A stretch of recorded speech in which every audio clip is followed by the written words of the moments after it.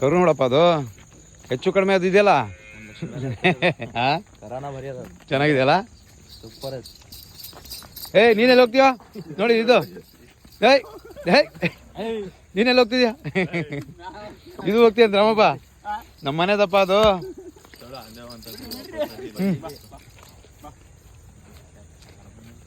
ಹಾಂ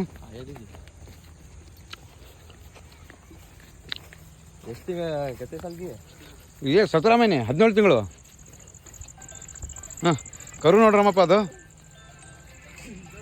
ಹಾಂ ಈ ಥರ ಕರು ಇರ್ಬೇಕ್ರಮ್ಮಪ್ಪ.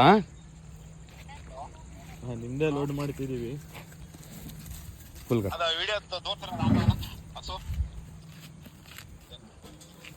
ಕರು ತೋರ್ಸು. ನೋಡ್ರಿ.